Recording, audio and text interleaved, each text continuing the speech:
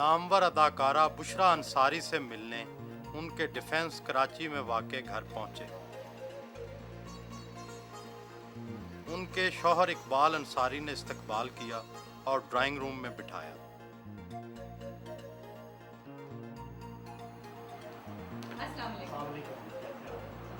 बुशरा अंसारी इंतहाई खुशगवार मूड में आकर मिली।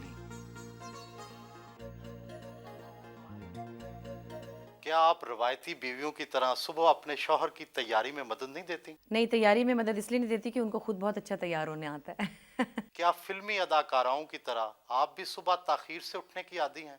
मेरी फिल्में चलती ही नहीं, ना मैंने फिल्मों में कभी काम किया है, क्योंकि मैं फिल्म एक्ट्रेस नहीं हूँ। मसरूफियत पर है, अगर बहुत देर में सोई हूँ तो फिर मैं 10 बजे उठ जाती हूँ, लेकिन मैं 2-3 बजे तक नहीं सो सकती। आपकी जिंदगी बहुत मसरूफ गुजरी है, क्या आप बच्चों को वक्त दे पाती थीं? मेरे बच्चों को माशाल्लाह कोई किसी किस्म की इस तरह की शिकायत नहीं है, और कोई शिकायत हो तो हो, लेकिन ये नहीं है कि हमारी अम्मी बिज़ी थी तो हमें टाइम नहीं दिया। स्कूल से पिक भी किया उनको, स्कूल में छोड़ा भी, मतलब ड्राइविंग भी की उनकी मैंने।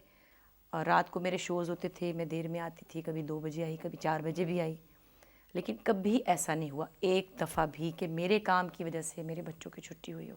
कभी वो लेट नहीं हुए।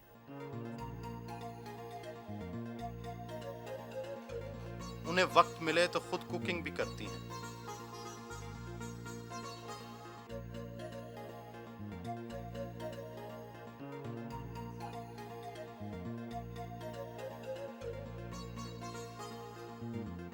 कौन सी चीज़ सबसे ज़्यादा अच्छी पकाती हैं और कौन सी चीज़ सबसे ज़्यादा बुरी?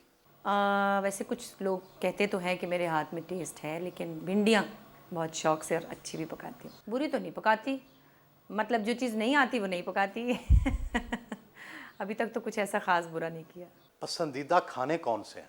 खाने का मुझे बहुत शौक़ है, और खाने पीने में बड़ी डिफरेंट टाइप की चीज़ें, जैसे बेसन की रोटी है, सरसों का साग है, मकई की रोटी है, और कड़ी है, कांजी है। मैं लाहौर से काली गाजरें लाई थी, मैंने मटका ख़रीदा, उसमें कांजी डाली।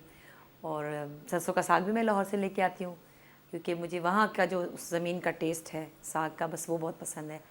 फिर असली घी हमारा मानसहरा से आता है। और मतलब इन चीज़ों में मैं बड़ी पर्टिकुलर हूँ, मुझे अच्छे चावल चाहिए, बेस्ट क्वालिटी के। खाने पीने में बिल्कुल हम कॉम्प्रोमाइज़ नहीं करते। गोश्त भी मुझे बेशक थोड़ा महंगा हो, मगर अच्छी क्वालिटी का।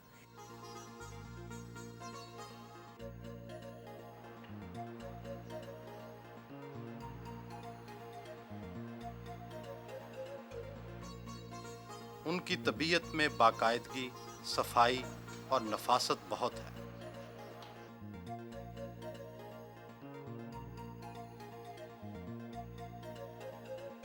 वो मुसन्नफ़ा भी हैं, इन दिनों ड्रामा लिख रही हैं।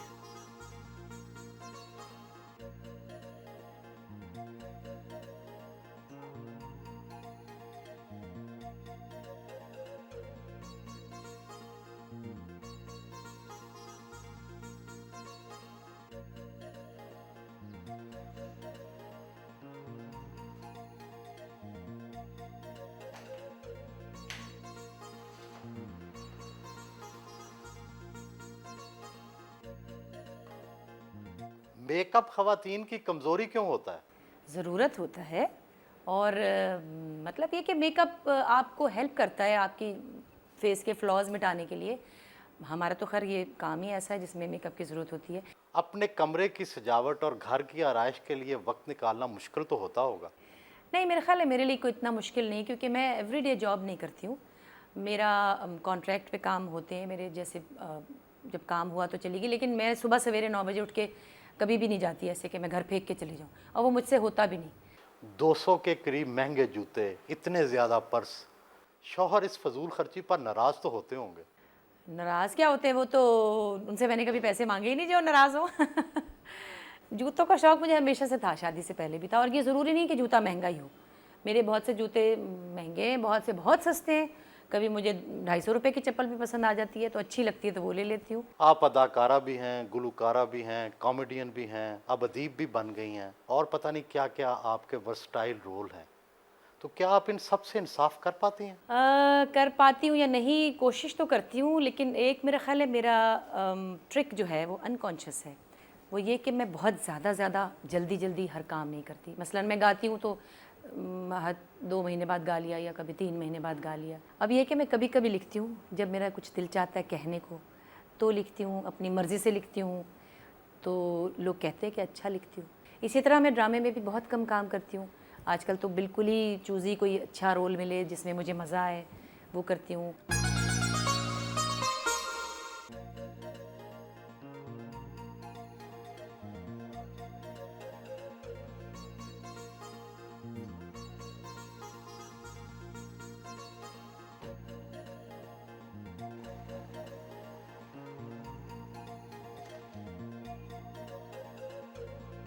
गाने की रिकॉर्डिंग के लिए स्टूडियो पहुंची।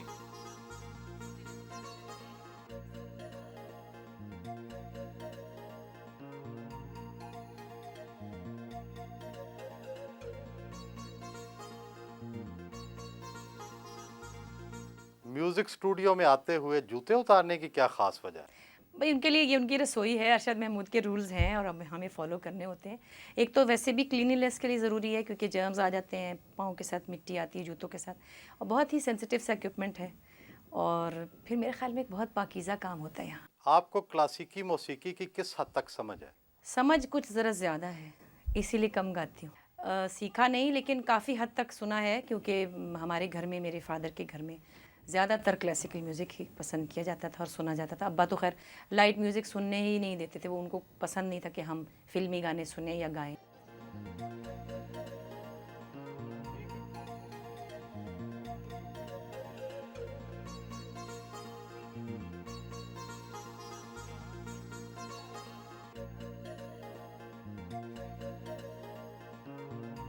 बालों की सेटिंग और मेकअप के लिए ब्यूटी पार्लर आई।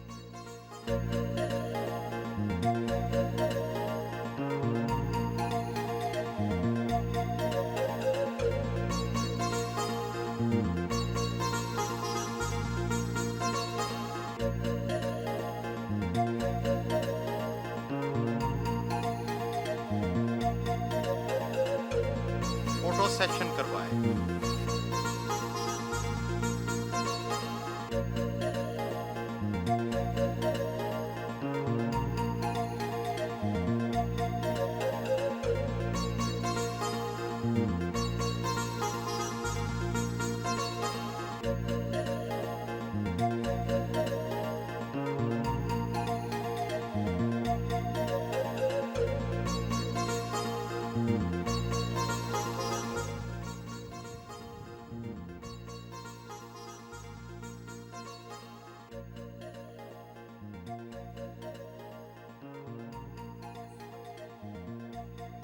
आपकी उम्र बढ़ने की बजाय कम हो रही है, आपकी फिटनेस का राज क्या है? वैसे तो खैर कहने को क्या है, मैं कहूँ जी, मैं सुबह जिम जाती हूँ, फिर मैं जूस के गिलास पीती हूँ, फिर मैं ट्रेडमिल पे चलती हूँ, फिर मैं उल्टी टंग जाती हूँ, मैं कुछ भी नहीं करती, मैं सिर्फ शाम को वॉक करती हूँ बस। बचपन में किस किस की नकलें उतारी और किस किस से मार पड़ी? नकलें तो खैर एक शैतान बच्चा सभी की नकलें उतार लेता है, वो शैतान बच्चा आपकी भी उतार सकता है। जो अभी मेरे अंदर बैठा हुआ है। लेकिन बचपन में होता था, टीचरों शीचरों की नकलें उतारती थी।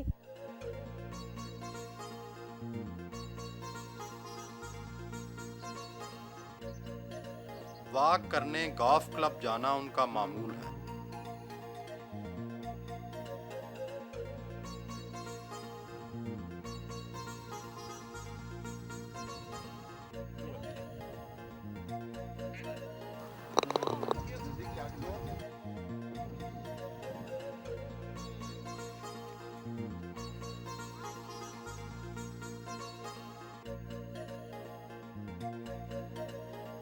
वापस घर पहुंची।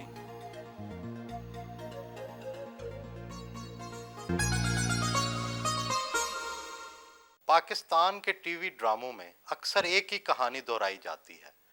आपके ख्याल में टीवी ड्रामों का मयार क्यों गिर गया है? टीवी ड्रामों का मयार इसलिए गिर गया है कि टीवी ड्रामे ने अब फिल्म से बहुत ज़्यादा इन्फ्लुएंस ले लिया है, और वो उतना ही कमर्शियल हो गया है जितना कि फ़िल्म है था। दूसरे, इतनी ज़्यादा क्वांटिटी में जब ड्रामा बनेगा और कंटेंट लेवल उसका इतना लो होगा, इतना शैलो होगा, तो वो ज़ाहिर है अपना असर तो नहीं छोड़ेगा। जो अच्छा ड्रामा, जिसको आप अच्छा ड्रामा समझते थे, वो दरअसल ड्रामा था, ये ड्रामा नहीं है। आप छिपकली और काकरोच से तो ज़रूर डरती होंगी। बहुत डरती हूँ। कॉकरोच तो मेरी जान ले सकता है। पाकिस्तान में लोग सियासत से लातल्लुक़ क्यों हो गए हैं? आपकी हमदर्दियाँ किस सियासी जमात के साथ हैं? हमदर्दी का जो सवाल ही पैदा नहीं होता। हमदर्दी तो किसी कमज़ोर से की जाती है।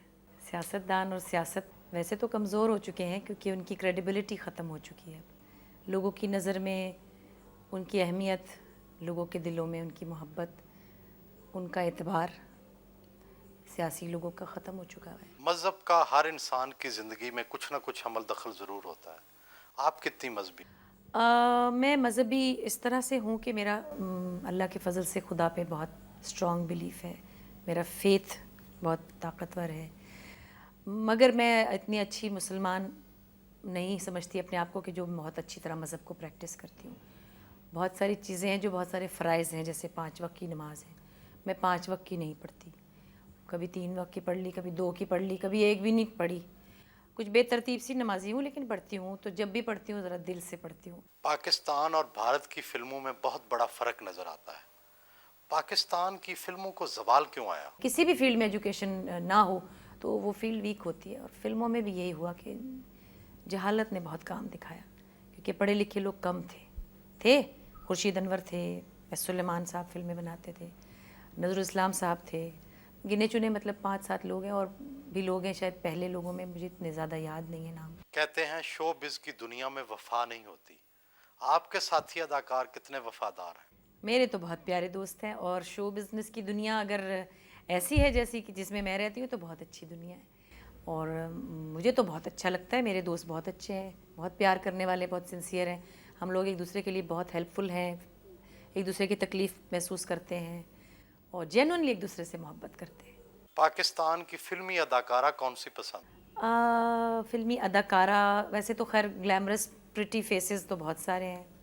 एक ज़माने में मुझे दीबा बहुत अच्छी लगती थी, बहुत मासूम सी उनकी शक्ल थी, और she use to be a good performer. Deeba मेरे बचपन की बात है जब मैं उनको देखती थी। उसके बाद Babra Sharif was another good performer. She use to act well. एक तो क्यूट तो थी ही शक्ल में, लेकिन वो एक्ट्रेस भी अच्छी थी। आजकल की हीरोइनों में कोई पसंद नहीं है? अच्छी है सारी, अब तो मतलब अच्छी वेल मेंटेन्ड हैं, प्यारी प्यारी प्रिटी प्रिटी शक्लें हैं, लेकिन थोड़ा बोलती ज़्यादा है, एक दूसरे के ख़िलाफ़ भी और अपने बारे में भी। आपने मलका तरन्नुम नूरजहां, ताहिरा सैयद, सलमा आगा और न जाने किस किस की पैरोडी की। सबसे ज़्यादा मज़ा कब आया? मज़ा तो खैर सभी में आया था, लेकिन मेरा ख्याल है सलमा आगा की काफ़ी close to her real personality था। घर के सब अफराद ने रात का खाना इकट्ठे खाया।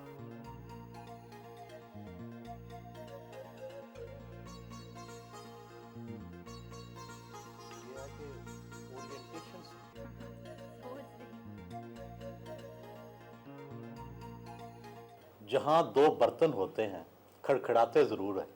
मियाँ बीवी में किन बातों पर लड़ाई होती है? मियाँ बीवी में उन तमाम बातों में लड़ाई होती है जिसमें वो एक दूसरे से मुख्तलिफ होते हैं, और ये बड़ा नेचुरल है। अगर समझ आ जाए तो कोई मसला नहीं है, क्योंकि आप दो मुख्तलिफ इंसान होते हैं तो आपने कहीं ना कहीं डिसएग्री करना होता है। आपकी अहलिया अच्छी बीवी हैं या अच्छी अदाकारा? क्योंकि अदाकारी तो दोनों में करनी पड़ती है। मेरा ख्याल है इन्होंने अदाकारी में ज़्यादा काम किया है। बीवी वाले वो सीन में ज़रा देखा, मैंने कहा था इनसे पूछे। तो क्या आप अपने शौहर पर ध्यान नहीं देती? मैं इन पे कोई ध्यान नहीं देती। उसका नतीजा देख ले कि मैं कहीं जाने लगती हूँ तो ही कहते हैं मेरा दिल बंद होने लगा। आपकी सिर्फ 2 बेटियां हैं। हमारे मुआशरे में तो हर कोई बेटे की ख्वाहिश करता है। आपका रवैया क्यों मुख्तलिफ रहा? बड़ा कैटेगोरिकली मैंने इनके साथ ये तय किया था कि देखिए बच्चे 2 होंगे, और इसमें अभी बच्चा पैदा भी नहीं हुआ था तो ये तय हुआ था कि 2 बच्चे होने चाहिए, और ये अल्लाह ताला से लड़ाई कोई नहीं करनी। ये तय है कि बस जो हो गया ठीक है। बस जी, I think one should decide number of children. 2 बेटे भी हो जाते तो ठीक था। और ये कि अब अगर आप यूँ ज़िद करने लगें तो 5-6 बेटियों के बाद 1-2 बेटे भी आ ही जाते हैं, लेकिन फिर अब वो भी ख्याल रखना है कि फैमिली इतनी हो जो आप कंफर्टेबली पाल सकें, जिसको आप तवज्जो दे सकें। और फिर ये कि एक बेटा तो मिला मुझे, नरीमान की शादी के साथ उम्र मिल गई। किन बातों पर आपका इख्तलाफ है? वो तमाम बातें जो मेरी केमिस्ट्री का हिस्सा नहीं है। जो इनकी केमिस्ट्री डिफरेंट है, मेरी केमिस्ट्री इख्तलाफ का इजहार कैसे होता है? शोर मचा के। ये जोर में जाते हैं, लोग समझते हैं बड़े क्वाइट है, उनको जो बुरा लगता है ये जोर से बताते हैं। मतलब ये नहीं कि बर्तन तोड़ते हैं, मगर ये बकायदा बताते हैं कि ये यूं है, ये यूं है, गलत है। अच्छा जी, खुदा हाफिज़। बहुत thank you, so thank you.